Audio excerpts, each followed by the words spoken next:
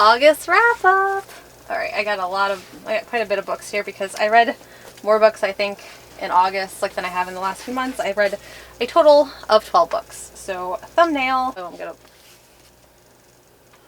Okay, so this is going to be the August wrap up. I have a few books to discuss. So the first thing I'm going to discuss in this is The Killing Moon by N.K. Jemisin. Me and Sarah from A Voyage Through Worlds actually read this together basically. And we actually really both enjoyed this. This is my first N.K. Jemisin book and I really loved this. This was basically a science fiction fantasy set in a world where they use dream magic.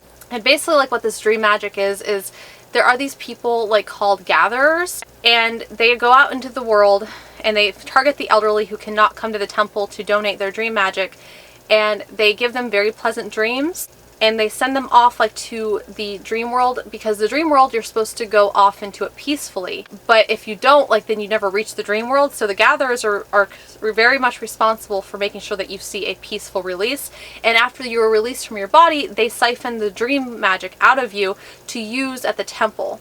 You also have the people in this book that are called sharers that actually use the dream magic for healing, and there are people that randomly come to the temple that are able to get to the temple that randomly donate to the temple for the dream magic so that they have plenty of dream magic to go around, and this helps not only heal neurosis but also helps to heal physical ailments. Now right at the beginning of this, our main character, actually he's a gatherer and he's out gathering from this one person, and things don't happen the way they're supposed to happen, and the guy he's gathering from ends up having a very violent death, which is not how it's supposed to happen with the gatherers. The main character has been doing this for a very long time, and so he's very scarred from this, and he feels maybe his time of gathering is coming to an end.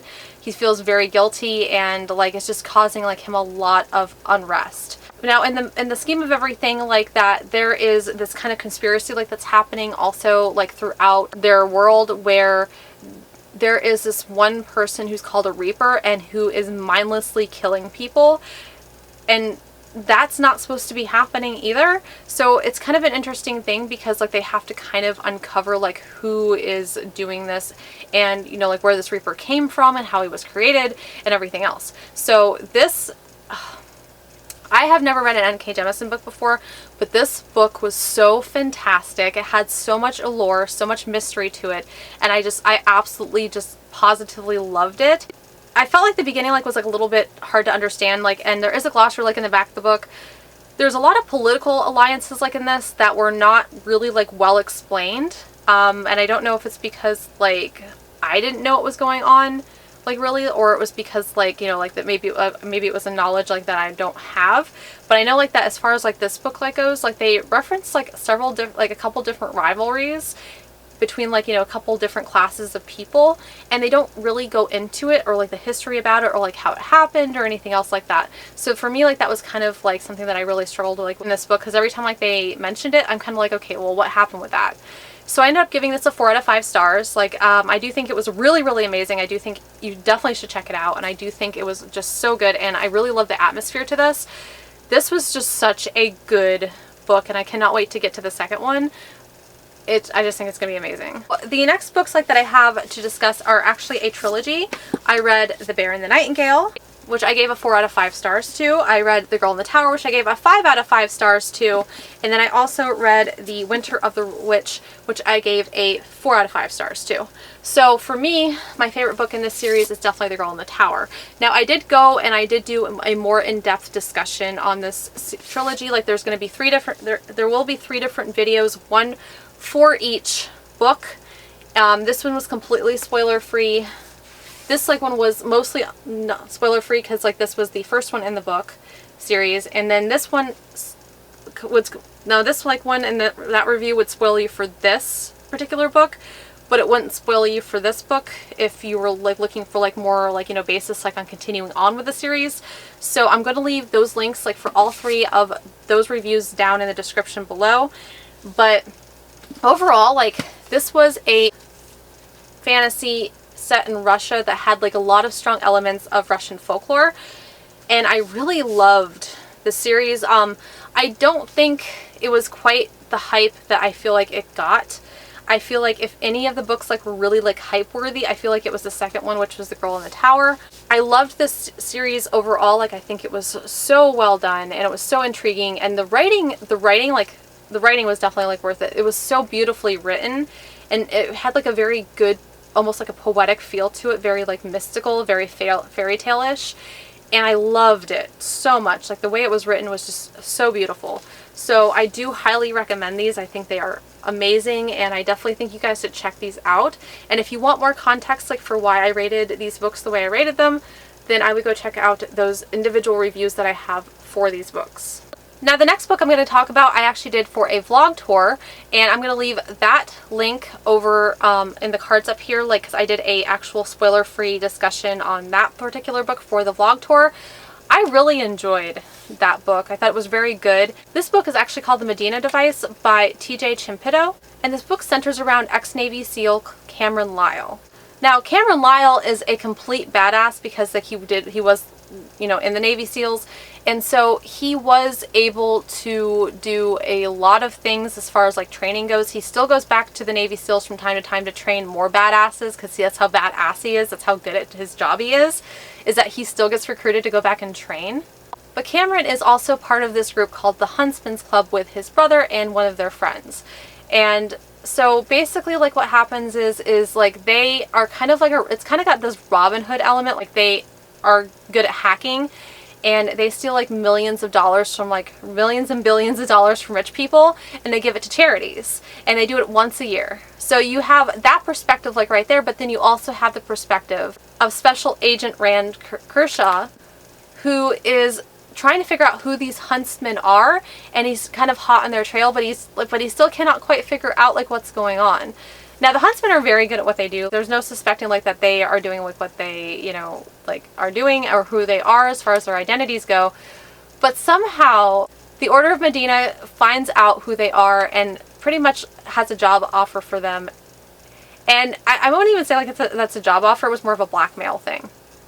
So it was just this, I don't know, like, it was just this really like fun, fast-paced thing. There are elements of it that kind of took me out of the story, but overall, like, I ended up giving this a 3 out of 5 stars because I just thought it was just really intriguing and really good, and I do strongly suggest you check it out. I do think it had a really good, interesting premise for it, and I do believe, from what I saw, it is a standalone, so like, and it's only like a little under 300 pages, so it's going to be really, really quick to get through. So a few months ago, I read From Blood and Ash by Jennifer L. Armentrout. And ever since I read that book, it's one of my favorite books of the year. I've been wanting to read more stuff by her, because come to find out, she actually has written quite a bit of YA paranormal romance. So for that, I ended up reading a full trilogy. So the first book is called White Hot Kiss. And then the second book is called Stone Cold Touch. And the third book is called Every Last Breath. And these are actually gargoyle YA romances. Like, I didn't think like that I would actually be like ever have like the pleasure of reading a gargoyle romance. Now I would say like that these are like the most pristine literature like that I've ever read. I wouldn't say like that these are like even like the, you know, like the most like complex storylines, because I pretty much knew where this story was going. Like, I found them pretty predictable, but I got exactly what I wanted out of them, which was fun, flirty, angsty, like type romance kind of thing. There was a little bit of a love triangle in here, but I feel like it was done really well, so it didn't get on my nerves or anything, which I really appreciated. I ended up giving like the first book a 3 out of 5 stars, because like, once again, like, I mean, you know, it's not like the best piece of literature like that I've ever read, but like, I still really enjoyed myself, and I'm still really happy that I read this. I thought it was so good. I really had a lot of fun with that. And then I also gave a Stone Cold Touch a 3.5 out of 5 stars, because once again, I really enjoyed this. I enjoyed where it went. It made my heart happy. Now, Every Last Breath, I ended up rating like slightly like lower, a 3 out of 5 stars. I still really enjoyed it, but it just wasn't, I don't know, like, I think my real problem with this entire trilogy, you had the main character Layla, who grew up like with this guy named Zane, who was a warden, and the warden's like is just another name for gargoyle, and he was really likable, and I really liked him. I didn't like him so much like during the first book, because like Layla is actually half demon, half warden, and demons and wardens like are on two opposite sides, so like they're constantly battling. Now, when Layla was younger, Abbott, who is in charge of the San Francisco Division of Wardens and is also Zane's father, took her in and raised her like she was his own, regardless of the fact that she was half demon. But like her warden family I felt like throughout the entire like scheme of things, like throughout all the books, like they were kind of like, I felt like they were very cautious around her, and she was never fully accepted because of her partial demon heritage. Now I have to say like that at the very beginning, like Zane was definitely not as likable because I felt like he was also part of the problem, like, and all that. But then you have Roth, who is all demon, and come to find out he goes to school with Layla, and they have like this like romantic thing. Now I really liked him from the get-go, like I did, but when we got to Stone Cold Touch, like, because like the love triangle is present in all three of these books, by the time we got to Stone Cold Touch, I actually really liked Zane. And so like I think like my major problem like with these books is not the fact that I didn't like all of the characters, but the fact that I liked Zane and Roth equally made it so like that regardless of who she picked, I was not going to be happy with who she picked either way. And I was really hoping for a polyamorous relationship at some point, but I knew that could never happen because Zane and Roth hated each other. So, I mean, I had like a lot of fun, but I really wish there was like some sort of polyamory, because like I feel like that there could have been like this really awesome like hate to love sort of thing between Roth and Zane. And it just didn't happen. So overall, like I really do think that this series is a lot of fun, and I do highly recommend it. Like I had a really good time reading this. I actually really breezed through these, and I mean definitely everything that I wanted it to be, just a fun, flirty, and light read. So the next book that I read Ace of Shades by Amanda Foody, and I actually buddy read this with April from 12 Months of April, and Gabby from Books and Other Nerd Things. This was a book that I've been kind of seeing around like a little bit, and I was kind of like curious about it because I heard like a lot of hype about it. The last book, Queen of Volts, is I think out already, and I actually really love this. This took place like in what they call like the City of Sin, and because it's called like the City of Sin, like they like, you know, everybody like does bad things in this town. Like there is a good portion of this town, but our main character upon entering it does not end up in the good portion town. Our main character's name is Annie. And Annie gets in this town, and she's trying to find her lost mother, and Annie knows at some point her mother had disappeared in this town. What Annie didn't know is like that her mother has a lot of connections to a lot of the things that are happening in this town. So this is actually told from dual perspective. You have the other perspective aside from Annie, who is Levi. Levi is actually in charge of some of the gangs like around there. He's not the most I get the feeling like that he's not the most powerful gang leader in the scheme of things, but he does have a lot of ongoing power, and there is like a little bit of a romance between Annie and Levi, which I really, really loved. Like it, once again, like it didn't dominate the plot. Like it was really awesome. Also, like there is like this scene in here where Levi, you can they kind of touch upon the fact that he is bisexual, and it just feels like so natural, like, and everything, like, you know, is just, it just flows like so peacefully, and I really love that too. Also, Annie's mother is kind of referenced to being gender fluid, which is really awesome also. So I really, really love this. I ended up rating this a 4 out of 5 stars. I really love this. Like I'm so excited like to get to the rest of the book. I've heard some mixed things about the next book, which is called King of Fools, so I'm not really sure how that one's going to be, but I really love this. I thought this was so good, guys, so good. And if like this, and if the second and the third one end up being like really good also, this is probably going to be a new all-time favorite like series for me.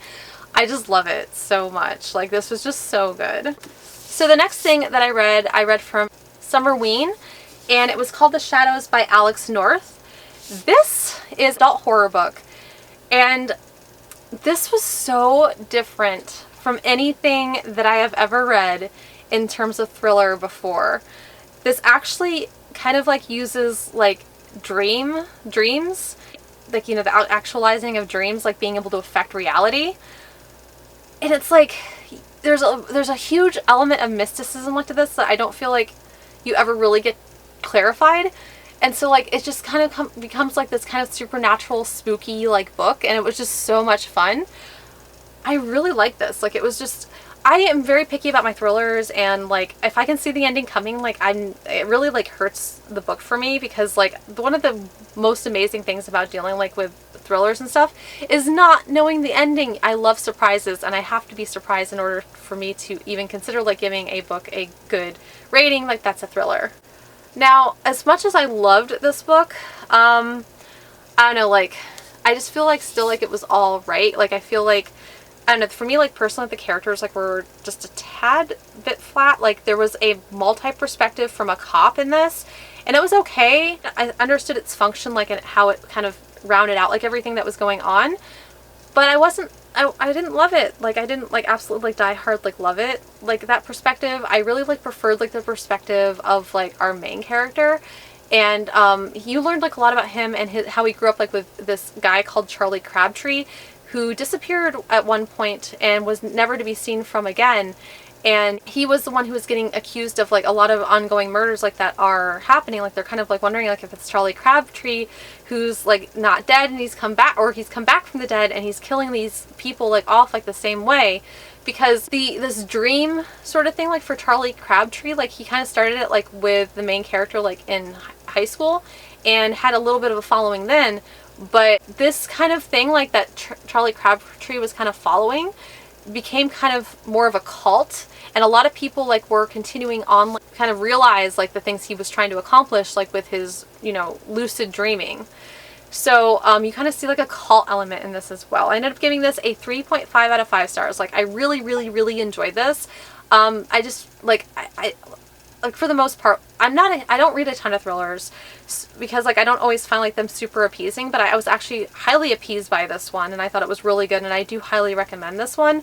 I think it's very good. I had a really good reading month in the month of August, and like I do think that this would definitely be worth your time. Like I think it's really good.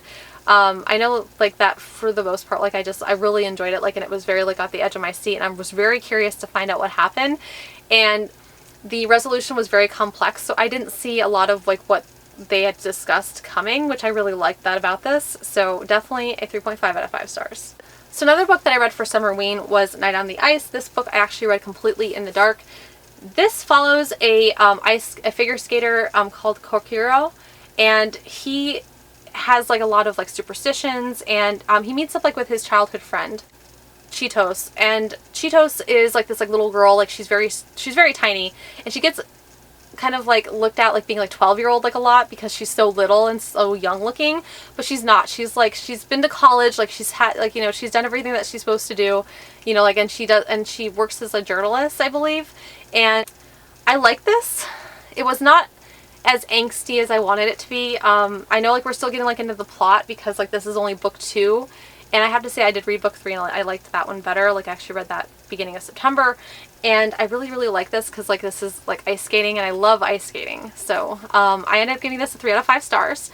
I really did enjoy this. Just not as much, I want to say, like as some of the other books like that I've read. I do like the premise for like this because it is like an angsty like romance like that's kind of in this, and it was just a lot of fun. So the last book that I'm going to discuss is The Year of the Witching by Alexis Henderson. This I also read for Summerween. This was literally the only 5-star book that I had for the month of August, and it was because this balanced witchery so well with realism.